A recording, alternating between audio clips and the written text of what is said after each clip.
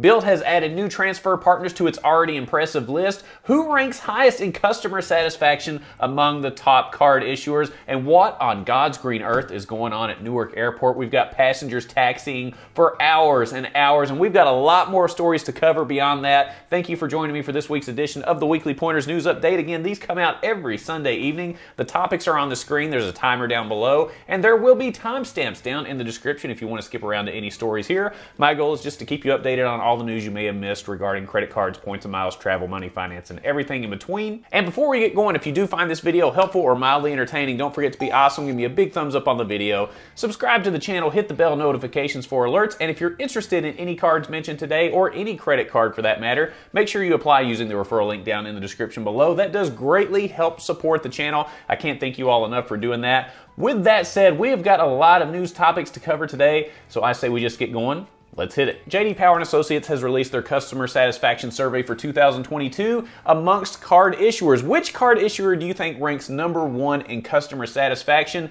You may not be surprised by number one, but number two, I was quite surprised by. So let's take a look at this list. American Express ranks number one for the third consecutive year. That may not be a huge surprise. And the list after American Express starts with Discover. They are in the second ranked position, followed by Bank of America, Chase, Capital One City, and then Barclays. And the highest ranking among mid-size card issuers was Goldman Sachs, and Goldman Sachs is responsible for the Apple Card, and Apple generally has a pretty good customer satisfaction survey score overall, so that doesn't really surprise me that much. But I was surprised to see Discover at number two. Let me know what you think about this. Are you surprised by any of the rankings? What are your thoughts on American Express being number one for the third year in a row? Leave your experience and your comments down below. Bilt has added more transfer partners, and I am really impressed with who they are working with. So Bilt is a $0 annual fee card, and it works great for those who rent because you can pay your rent in many spots all over the country with this card. And they already have a great network of transfer partners, and that includes World of Hyatt, and they're the only ones that offer American and United Airlines as transfer partners under one roof. So that's very impressive already. Well, now they are adding British Airways, Iberia, and Aer Lingus as well. It's a big update to their transfer partner list, and I just continually get impressed with the Bilt card. This is a fairly new card. It made a big splash when it came out. So if you rent or you know someone that rents, this card is a great option. Again, it's a no annual fee card, and the transfer partners are awesome. So if you have any experience with Bilt, again, this is a fairly new card. Leave your experience with this card down in the comments below. Let me know what you think. Princess Cruises is going to allow you to begin bidding for upgrades to your room at the price that you want to pay. Starting September 6th, this includes upgrades to ocean view rooms, balconies, mini suites, and full suites, and you'll want to check and make sure your cruise is eligible for an upgrade. So all you need to do is make sure that your cruise is eligible for an upgrade, book your cruise, and then once the sailing is in final payment period and you make your full payment and it's received, you'll get an invitation to take part in the upgrade program via email. After payment's received, you'll get to go online and see what rooms are available for upgrade. It's really interesting. You can actually bid on more than one room, but if you do win a bid, you'll only end up paying for one room. So it does help your chances to bid on more than one room, and you get to bid the amount that you want. So if you win a bid, you will get an email stating that you did win, and then you will pay your bid. If you lose, you'll just keep the room you already booked. So there's really nothing to lose here. You might as well bid if you want to do it. And then your bid is priced per person for 2 people. Guests 3 and 4 are upgraded at no additional cost, which is really nice. And let me know what you think about this process overall. Are you a fan of this bidding war on Princess Cruises? It does give you the option to upgrade your room, which is really nice. And if you don't get the room that you were trying to upgrade to, what have you really lost? This is a no-lose scenario, in my opinion, for customers. So I like the move. Let me know what you think down in the comments. Southwest Airlines is making it even easier for you to upgrade your seats on your next flight. So Southwest has turned on its digital self-serve upgrade, allowing you to upgrade your seats online or in the app. And this is opposed to the standard previously where you had to do this at the airport. So between 24 hours and 30 minutes till departure of your flight, you can upgrade to A1 through A15 boarding group. The prices for this start at $30, and they go up using dynamic pricing based on things like the length of the flight and the popularity of the flight. The Business Select fare already gets the reserved seating for A1 through 15. So if all of those are booked up with Business Select fares, then there won't be any availability to upgrade to those seats. Keep in mind that the Southwest Rapid Rewards Business and Priority cards include 4 upgrades per year. However, the terms and conditions of both of those cards state that those upgrades must be done in person at the airport. So in the terms and conditions of those cards, there's no mention of being able to do this online. So hopefully Southwest will update that at some point. It is yet to be seen that if you do this online, if you have one of these cards, if it will indeed work and you won't have to pay for that additional upgrade. We're just gonna have to wait and see on that. We're gonna reach out to Southwest and see if we can get some more answers. But if you have any experience with this, if you have one of those cards and you do it online, let us know how that works out for you in the meantime, because we do need some real world examples. At the end of the day, Southwest is making it easier for consumers to do what they want, and I'm a big fan of that. The summer travel season, especially in the airline world, has been a complete disaster, and the United States Department of Transportation is sick of it. This new interactive website that launches September 2nd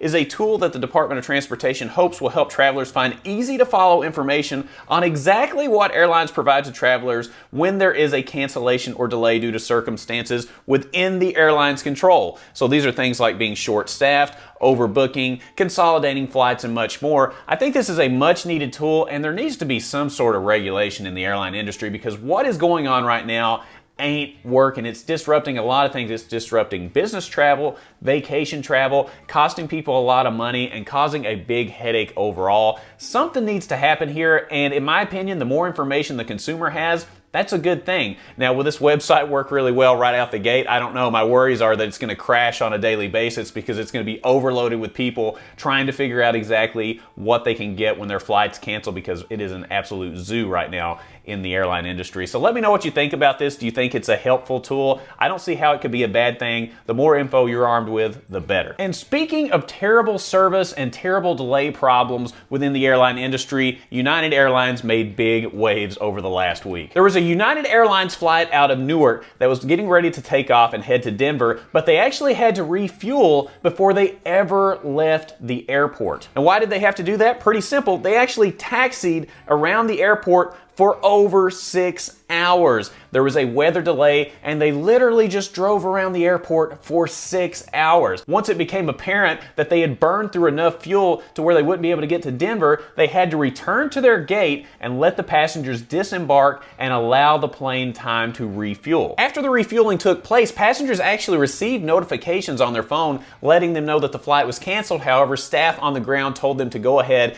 and get back on the plane, and that they were going to go ahead and proceed with the flight. After the passengers had already experienced a 6-hour delay riding around the airport and another delay waiting for the refueling, they then waited another 2 hours taxiing around the airport. After that additional 2-hour delay, the flight was eventually canceled because the staff timed out as they had reached their legal limit for hours worked. Over 9 hours of time wasted through these delays, and over 8 hours of that actually just sitting in the plane driving around. That does not sound fun. Let me know if you've had a worse experience than this, or if you think this is absolutely ridiculous and somebody needs to do something about it. Leave your comments down below. I was floored when I saw this. It's unacceptable. Something needs to be done with that. At some point, I mean, it's almost like torturous. You're just putting people in a plane driving around. It shouldn't happen. Something needs to be done. That's just my opinion. And if you're familiar with the Weekly Pointers news update, you know that I like to end the show on a really good food deal. And this week is a little bit of an exception, all right? I usually try to put a good fast food deal in this spot, all right? I've never gone an entire episode without mentioning a food deal, but this week is a little bit of an exception because, to be honest with you, none of the deals that I've searched for were really that great. There were some percentage off and things like that, but I ain't gonna put that out to you unless it's really, really good. So fast food companies, pick it up. We need better discounts and better promos. With that being said, there was some interesting news in terms of entertainment. Now, I like going to the theater. I like experiencing blockbuster movies on the big screen,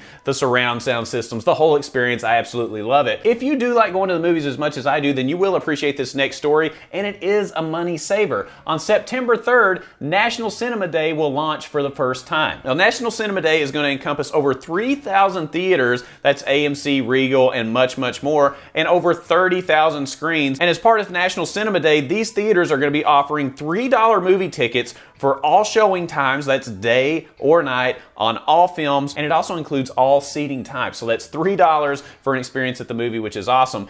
Actually, you know what? I do have a money-saving tip when it comes to food at the theater. Now, I know a guy that doesn't enjoy paying exorbitant amounts for popcorn and drinks when he goes to the theater. And this guy sometimes goes to the dollar store right before he goes to the theater and picks up candy and snacks there. This same guy may also bring a bottle of water from home and sneak it in. He especially likes it whenever it's wintertime and you can have a big coat on and you can sneak even more food in. It makes the experience even better. So again, I'm not advocating for that. I just know a guy that does that, and it's a way to save money. Let me know if you've done anything similar to this guy, whoever he may be, and tried to save money at the theater. Leave that down in the comments. Well, that was a fun episode. I always enjoy putting these out every Sunday. Let me know what your favorite story was this week. I'm still blown away that Discover came in second when it came to overall customer satisfaction. I thought that was an interesting story. The story out of Newark with passengers being on the plane for over 8 hours without ever leaving the airport is completely ridiculous. And let me know what you think about the new tools, both from the Department of Transportation and also from Southwest Airlines, making it easier to upgrade your flights. I'm curious to hear what your favorite story was from the past week, so leave that down in the comments below. Let me know what you think. And keep in mind, if you are interested in any cards mentioned in today's video, or any card for that matter, make sure you apply using the referral link down in the description below. That greatly helps support the channel, and I really appreciate all of your all's efforts in doing that so far. If you found this video helpful or mildly entertaining, don't forget to be awesome. Give me a big thumbs up on the video. Subscribe to the channel, hit the bell notifications for alerts, and when you click on the Brandon Boyd Show, click, click, click. You're going to get the latest information on credit cards, points and miles, travel, money, finance, movie theater savings, and everything in between. And I look forward to seeing you on the next episode. I'll see you soon.